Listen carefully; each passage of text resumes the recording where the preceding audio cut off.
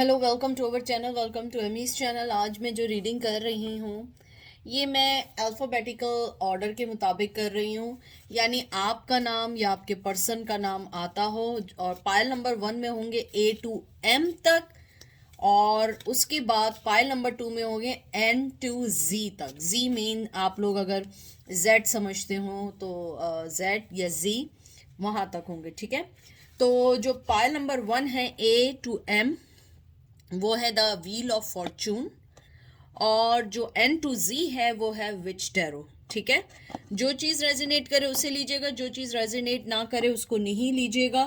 और मैं पहले बता दूं, इसमें मिक्स मैसेजेस होंगे। ना ये स्पेसिफिकली लव के लिए है, ना ये कैरियर के लिए है, ना ये क्रश के लिए है। ये मिक्स एंड मैच मैसेजेस होंगे जिसको आप पिक करिएगा कि हम एंजल से ये मैसेजेस निकालेंगे जो वो आपको मैसेजेस देना चाहते हैं।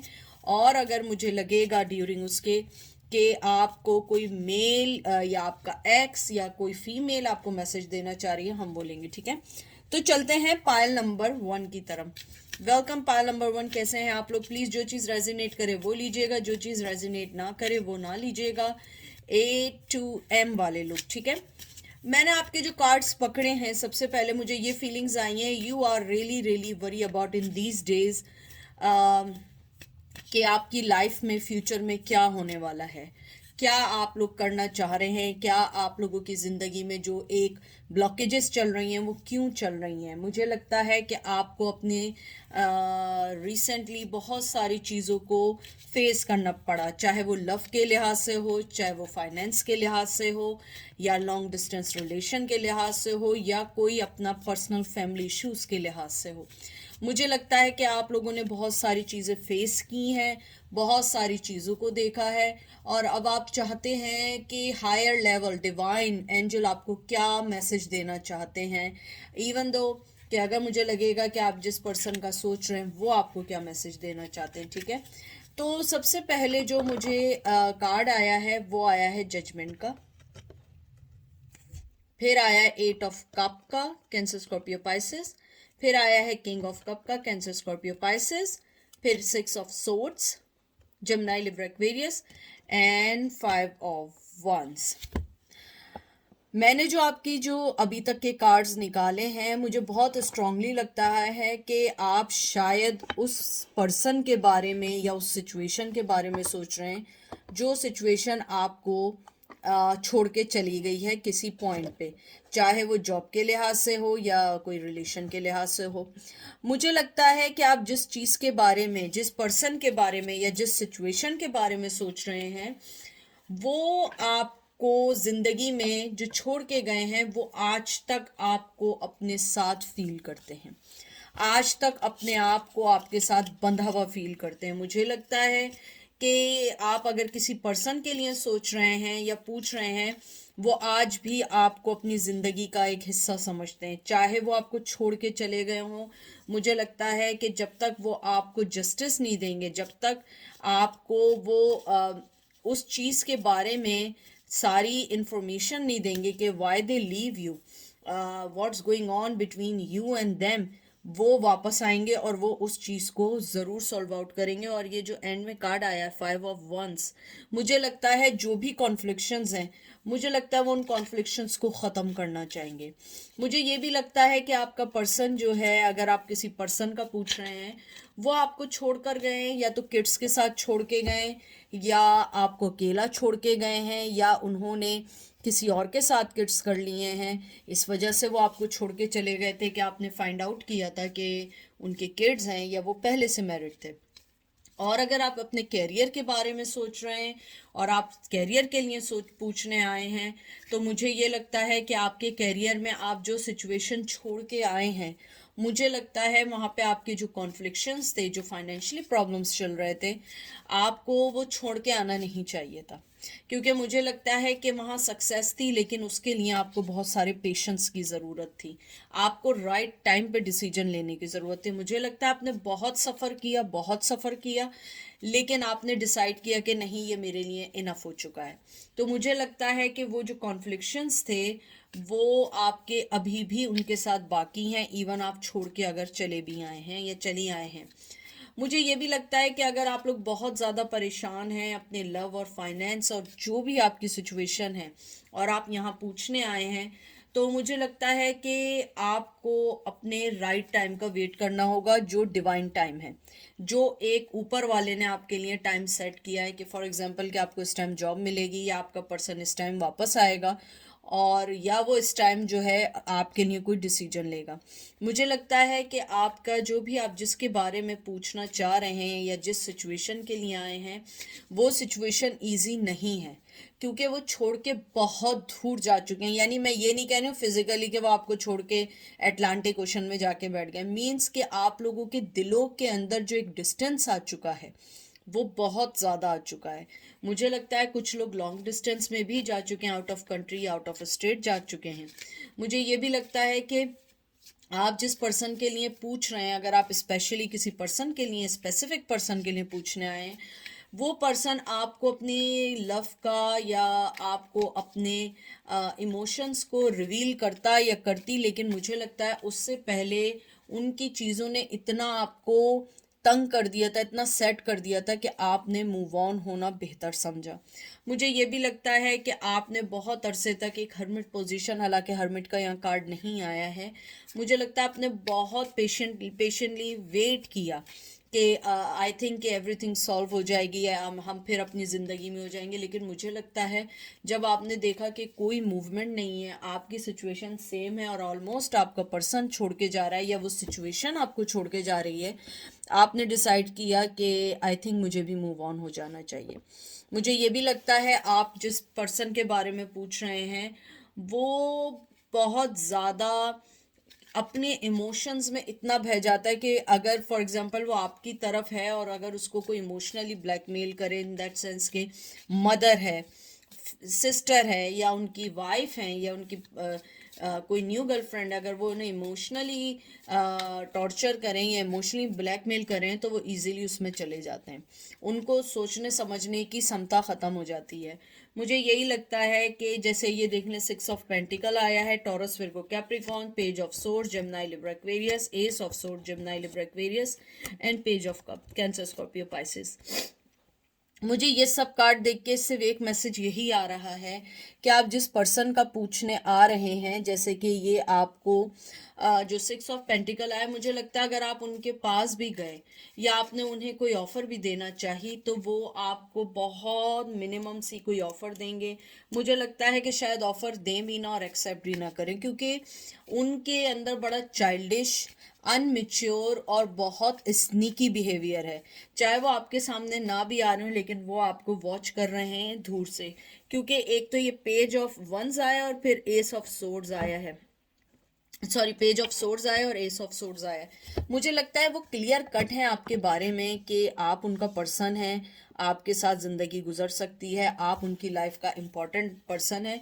लेकिन उनके साथ जो मेन प्रॉब्लम है कि वो अपने इमोशंस को नहीं संभाल पाते हैं, वो बहुत ज़्यादा अपने इमोशंस में बह जाते हैं। मुझे लगता है कि वो आपको अपनी इमोशंस की अगर कोई ऑफ़र भी देंगे तो वो कोई ऐसी ऑफ़र नहीं होगी जिसको आप एक्सेप्ट करें। अगर आप जॉब के सिलसिले में आए हैं और जॉब के बारे में पूछने आए हैं तो मुझे ये लगता है कि जो आप जिसके बारे में, जॉब के बारे में पूछ रहे हैं, आपको अभी ऐसी कोई ख़ास जॉब की ऑफ़र नहीं हो पाएगी। मुझे लगता है क्लियर कट चीज़ ये है कि आपको अपनी, कहते हैं ना कि आपको क्या चाहिए, आपको वो चीज़ पता है, ये सबसे अच्छी चीज़ है। मुझे लगता है आपको अपने अंदर से थोड़ी सी मेच्योरिटी लेवल को हाई करना होगा और एक बड़े प्रोस्पेक्टिव, बड़े कहते हैं ना बड़े लेवल पे सोचना पड़ेगा। मुझे लगता है कि आप थोड़ा से इमोशनली सोचते हैं या सोचती हैं और आप फिर उसके बाद थोड़ा सा गिव अप कर जाते हैं। मुझे लगता है कि आपको अगर जॉब के सिलसिले में है तो आपको इन सब चीज़ों को बिहाइंड करके स्ट्रांगली हर चीज़ को फेस करना होगा, क्योंकि मुझे लगता है आपको जो भी जॉब की ऑफ़र आएगी या जो भी चीज़ आएगी वो इतनी बिगर नहीं होगी जितना बिगर आप सोच रहे हैं। मुझे लगता है आपको उसके लिए थोड़ा सा अपने आप को आपको कंट्रोल तो करना है, लेकिन उसके साथ अपने आप को मेच्योरिटी लेवल पे उस डिसीजन को एक्सेप्ट करना है कि मुझे वक्त रहते जो चीज़ मिल लिया, I have to avail this part right now, and after some point I will decide what thing it's good for you. मुझे लगता है कि आपको, चाहे आप रिश्ते के लिहाज से सोच रहे हो, चाहे आप जॉब के लिहाज से सोच रहे हो, आपको उसमें बहुत मेहनत की ज़रूरत है। 8 of pentacle, Taurus, Virgo, Capricorn, death, Scorpio, temperance, ये सारे मेजर आर्काना आ रहे हैं। लिब्रा का कार्ड है मून, वाह, वाटर, कैंसर, स्कॉर्पियो, पाइसेस। ये सारे कार्ड जो मैं आपको बता रही हूँ, ये सारे कार्ड आपको न्यू बिगनिंग की तरफ ऑफर देते हैं, अपने आप को बैलेंस करने की तरफ देते हैं, और आपको एंजल भी ये कहना चाहते हैं कि आपको मेहनत करनी है राइट वे में। मैं ये नहीं कह रही हूँ आप मेहनत नहीं करते, you guys working so hard, and आप बहुत हार्ड वर्किंग पर्सन हैं, लेकिन आपको जिस वे में उस चीज़ पे वर्क करना चाहिए आप उस चीज़ को नहीं समझ पा रहे हैं। अगर आपको फॉर एग्जाम्पल आपका कोई रिश्ता है, आप फॉर एग्जाम्पल उस पर वर्क कर रहे हैं कि मुझे इसका एंगर को कंट्रोल करना है, एंगर को कंट्रोल करना है, लेकिन आपको एंगर पे कंट्रोल नहीं करना है, उस सिचुएशन को कंट्रोल करना है जो उस एंगर को एक्सकेलेट कर सके, जो उसके एंगर को ख़त्म कर सके, क्योंकि जो प्रॉब्लम है वो मेन इशू है, गुस्सा मेन इशू नहीं है। ये मैं आपको सिर्फ एक मिसाल, एक एग्जांपल दे रही हूँ कि आपके समझ आए, ठीक है। फिर उसके बाद अगर आप जॉब के लिहाज से हैं तो आपको उस पार्ट में वर्क करना चाहिए जो लगता है कि आपको वर्क की ज़रूरत है। हो सकता है आप वर्क कर रहे हो किसी और चीज़ पे और आप उसमें ऑलरेडी आपको ज़रूरत ना हो, आप ऑलरेडी उसके अंदर बहुत एक्सपर्ट हो, लेकिन आपको किसी और लेवल पे काम करना हो, किसी और चीज़ में मेहनत करनी हो। मुझे लगता है आपके साथ अगर कोई स्नेकी बिहेवियर कर रहा है या आपको कोई धोखा दे रहा है तो वो अपने जाल में खुद फंसेगा, आपको उसमें कुछ करने की ज़रूरत नहीं है। मुझे लगता है कि आप अगर किसी पर्सन के लिए आए हैं यहाँ पे, तो वो पर्सन आपके लिए स्टिल कंफ्यूज है, स्टिल वो सोच रहा है कि आपको कैसे लेना है, क्योंकि उसके लिए इतना इजी नहीं है आपको अपनी जिंदगी में लाकर एकदम से डिक्लेयर करना। सबसे पहले उसे अपने आप को बैलेंस करना है। आप देखिए टेम्परेंस और डेथ का कार्ड साथ आया है। डेथ का कार्ड भी सेकंड चांस को बोलता है, टेम्परेंस का कार्ड भी बैलेंस करने को, अपनी जिंदगी को दोबारा से गो थ्रू करने को कहता है। तो मुझे लगता है कि अगर आप किसी पर्सन के बारे में पूछने आए हैं तो आपको थोड़ा सा वेट करना पड़ेगा और उस पर्सन को थोड़ा सा चांस देना पड़ेगा, क्योंकि मुझे लगता है कि आपका पर्सन अभी एज मच रेडी नहीं है जैसा आप चाह रहे हैं। और उसके बाद अगर आप जॉब के लिए आए, मुझे लगता है आपको अपनी कन्फ्यूजन को अपार्ट करते हुए आपको फोकस करना है कि मुझे अपनी लाइफ पैटर्न को कैसे चेंज करना है।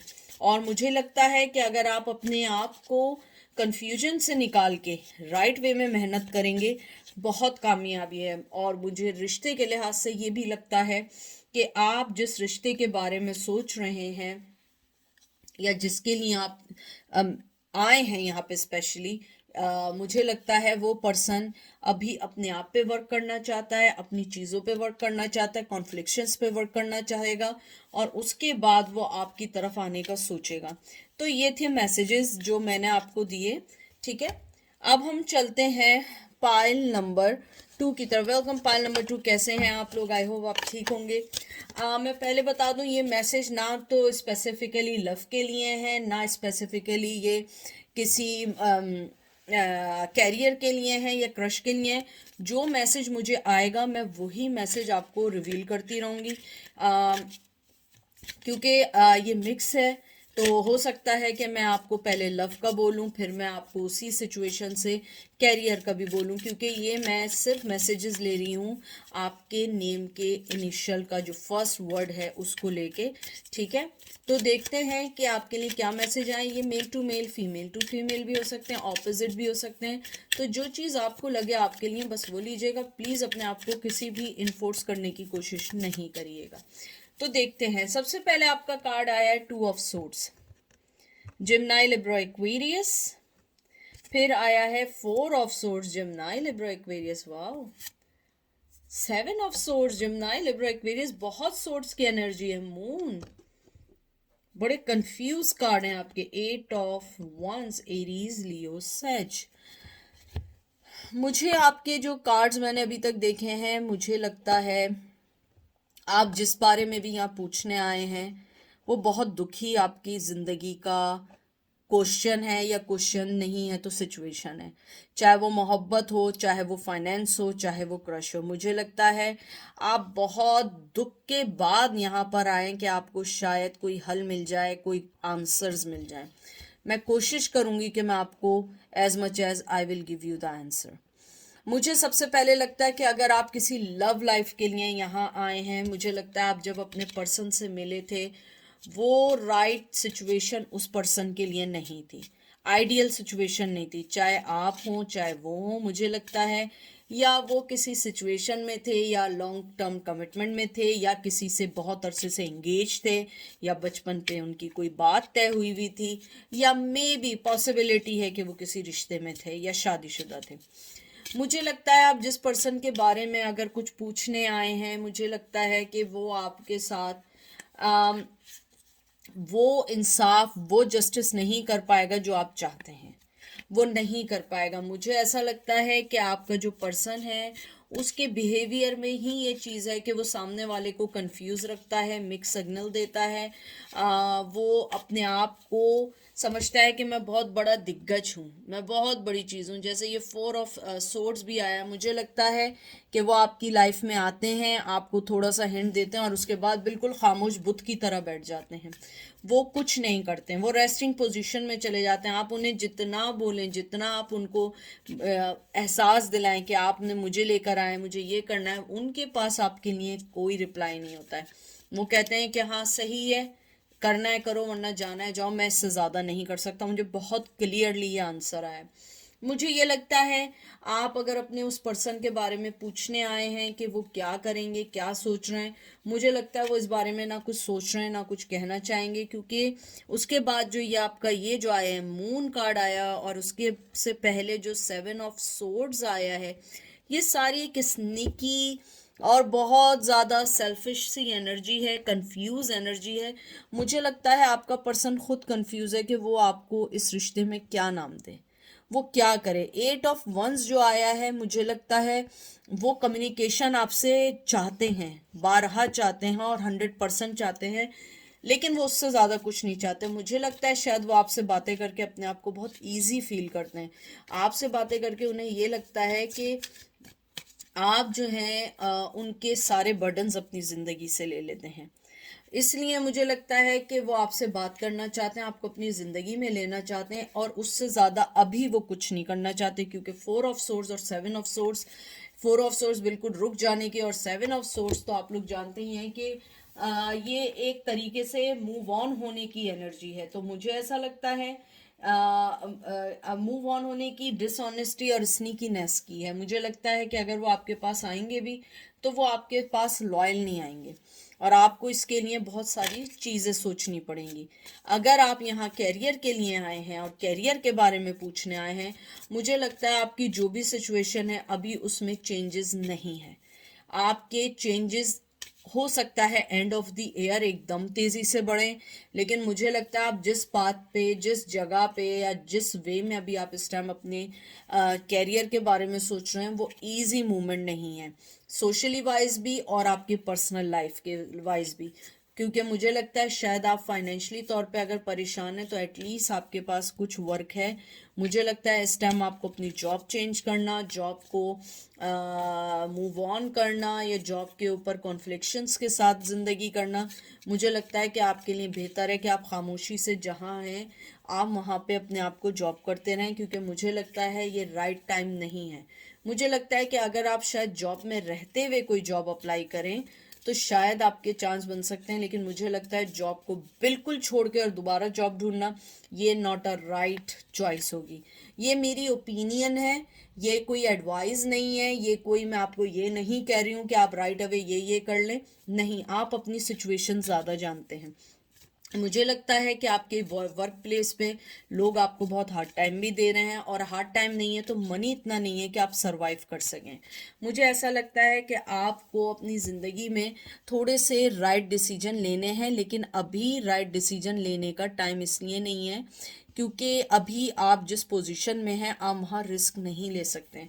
हो सकता है आपके ऊपर लोगों की जिम्मेदारी हो सकता है आपके ऊपर पेरेंट्स की जिम्मेदारी हो। मुझे कुछ लोगों के लिए लग रहा है कि आपके ऊपर या आपके पर्सन के ऊपर भी हो सकता है किसी उनके पेरेंट्स जो सिक हैं उनकी जिम्मेदारी हो सकता है आपके ऊपर अपने बहन भाइयों की जिम्मेदारियां हों। तो मुझे ऐसा लगता है कि अगर आप करियर के लिहाज से सोचने आए हैं तो मुझे लगता है कि आपको अभी कोई डिसीजन नहीं लेना चाहिए। आप जहाँ हैं वहीं पे सिंसियरली काम करें। आपकी लाइफ के कुछ ऐसे मोमेंट हैं वहाँ पे जो आपके लिए गुजारना मुश्किल है, I do understand, but the thing is that कि अगर आपके हाथ में दूसरी जॉब है, ऑफर है जॉब की, तो इट्स फाइन। बट अगर जॉब ऑफर नहीं है तो आई डोंट थिंक सो कि आप मूव ऑन हो। अगर आप दूसरी स्टेट जाना चाह रहे हैं या दूसरे जगह जाना चाह रहे हैं या आउट ऑफ कंट्री जाना चाह रहे हैं, it's a well choice, but the thing is that you have to have find job first before you quit this job. तो दूसरे कार्ड्स में देख लें, death, transformation, Scorpio, ace of wands, Aries, Leo, Sag, two of pentacle, Taurus, Virgo, Capricorn. मुझे यही लगता है कि अगर आप जॉब के लिहाज से जगल कर रहे हैं बहुत सारी चीज़ों में, तो मुझे लगता है कि आपको थोड़ा सा वाइसली डिसीजन लेना चाहिए। आपकी कामयाबी है, ट्रांसफॉर्मेशन है, सेकंड चांस है आपका, लेकिन उससे पहले आपको अपने आप को पहले इस सेंस में मजबूत करना है कि आपके हाथ में दूसरी जॉब हो। ये ना हो कि आपके हाथ में जॉब ना और आप जगल करते रहें, कभी इधर से उधर इधर से उधर, ठीक है। उसके बाद अब मैं आती हूँ लव लाइफ की तरफ। मुझे लगता है कि अगर आप लव लाइफ के बारे में यहाँ पूछने आए हैं, मुझे लगता है कि आपने जो भी पैथ अपनी ज़िंदगी में चुना है, सेकंड चांस अपनी ज़िंदगी को दिया है, मुझे लगता है कि ये आपके लिए राइट चीज़ है। मुझे लगता है कि आप आज भी उस चीज़ को सोचते हैं, जगल करते हैं कि मुझे क्या करना चाहिए, उसको मिलना चाहिए, उससे बात करना चाहिए, या मुझे उस चीज़ को अपनी ज़िंदगी से माइनस कर देना चाहिए। मुझे लगता है कि आपने अपनी ज़िंदगी में आपने अपने आप को चुना है, अपनी सेल्फ रिस्पेक्ट को चुना है, अपनी सेल्फ केयर को चुना है। तो मुझे लगता है ये आपकी ज़िंदगी का एक राइट डिसीजन है। और लव के बारे में मुझे यही लगता है कि आपका पर्सन आज भी, जो मैंने शुरू में आपको बात की थी, एग्जैक्टली वो बात है, वो आपको लेके आज भी कंफ्यूज है। और उसकी कंफ्यूजन, उसको ऐसा लगता है कि अगर मैंने अपना पैशन आपको शो किया या आपको अपनी लाइफ में लेकर आ गया या आ गई, तो जो मेरे साथ ऑलरेडी कोई चीज़ है मैं उससे कैसे पीछा छुड़ाऊंगा। मुझे लगता है आपका पर्सन बहुत दुखी भी रहता है इस सेंस में कि आपको छोड़ के उन्होंने अपनी ज़िंदगी के जो भी स्टेप्स लिए हैं वो बेसिकली एक स्टूपिड और बहुत ज़्यादा चाइल्डिश लिए हैं। क्योंकि आप एक मेच्योर पर्सन के साथ एक बहुत केयरिंग काइंड ऑफ पर्सन थे, उसको भी आप रहने दें। मैं कहती हूँ उसको भी आप साइड कर दें। जो आपकी मेन बेसिक चीज़ थी, आपकी पॉजिटिव एनर्जीज थी, जो उस पर्सन की जिंदगी को क्लीन, कहते हैं ना क्लींजनिंग कर रहे होते हैं, तो वो क्लीन कर रही थी। लेकिन वो ये समझे कि आई थिंक मैं ही बेस्ट हूँ, या वो ये समझे मैं ही बेस्ट हूँ और मैं ही मेरी ही वजह से आप भी कामयाब हो रहे हैं या आप मेरी वजह से आगे बढ़ रहे हैं। वो चीज़ उनको गलत साबित हो गई, क्योंकि आपने अपनी हर चीज़ को बहुत क्लियरली शो करके ये बता दिया कि मैं ऑलरेडी एक डिफरेंट पर्सन हूँ और मेरी लाइफ का डिफरेंट मोटिव है। और अगर आप ये समझ रहे हो मैं आपकी वजह से हूँ, तो नहीं, ऐसा नहीं है। तो आपकी इन सब चीज़ों को देखते हुए अगर आप अपने पर्सन का पूछ रहे हैं, they have lot of regret, भी आप उसको ना गिने, उसको वो उस चीज़ को रिकग्नाइज नहीं करना चाहता, वो इस चीज़ को समझना नहीं चाहता। क्योंकि मैं जब कार्ड पकड़ रही हूँ तो मैं उस पर्सन के दिल को और उसके माइंड तक नहीं पहुंच पा रही हूँ, क्योंकि मुझे लगता है उसने अपने इर्द गिर्द इतनी ब्लॉकेजेस कर ली हैं, इतनी ब्लॉकेजेस कर ली हैं कि वो इस अच्छी एनर्जी के साथ अच्छी चीज़ को फील ही नहीं करना चाहते हैं।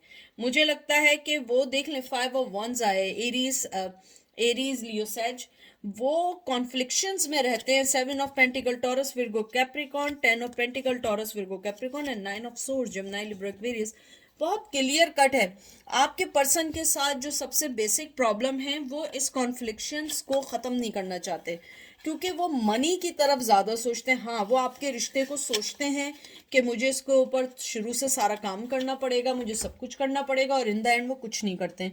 मुझे लगता है कि वो इसी एंजाइटी में है, इसी चीज़ में है कि आप अपनी ज़िंदगी में मूव ऑन होके बहुत खुश हैं और आप अपनी ज़िंदगी में आगे बढ़ रहे हैं, और वो जहाँ जिसको जहाँ छोड़ के आए थे वो वहीं है। मुझे लगता है कि वो पास्ट की बहुत सारी मेमोरीज आपके साथ सोचते हैं और बहुत सारी चीज़ों को चाहकर फील नहीं कर पाते हैं, लेकिन जब वो सोने जाते हैं या जब वो अकेले होते हैं, मोस्ट ऑफ द टाइम जब वो ड्राइविंग कर रहे होते हैं या अकेले होते हैं, they always thinking about you, they always think about the past the events, memories. शायद आप लोग जहाँ जाते हो, मुझे लगता है बहुत स्ट्रांगली कोई आप लोग किसी रेस्टोरेंट जाते हो या कोई ऐसी बीच पे जाते हो, they always always try to avoid and ignore this feelings, but they can't, क्योंकि ये एक डिवाइन रिश्ता है। मुझे ये लगता है कि आप जिस भी पर्सन के बारे में पूछने आए हैं वो अपनी ज़िंदगी में इतना खुश नहीं है जितना दिख रहा है, क्योंकि आप जैसा loyal person, financially stable person उन्हें नहीं मिल सकता। मुझे ये लगता है कि आपका जो पर्सन है, अगर उसे मौका मिले तो वो आपसे बात ज़रूर करेगा, लेकिन कोई ऐसी बात नहीं करेगा कि आपको गलत फहमी में डाले कि मैं वापस आना चाहता हूँ। नहीं, they want to talk to you. मुझे बहुत स्ट्रिंगली कह रही हूँ, यानी मुझे बिल्कुल स्ट्रांगली ये लग रहा है कि they just want to talk to you.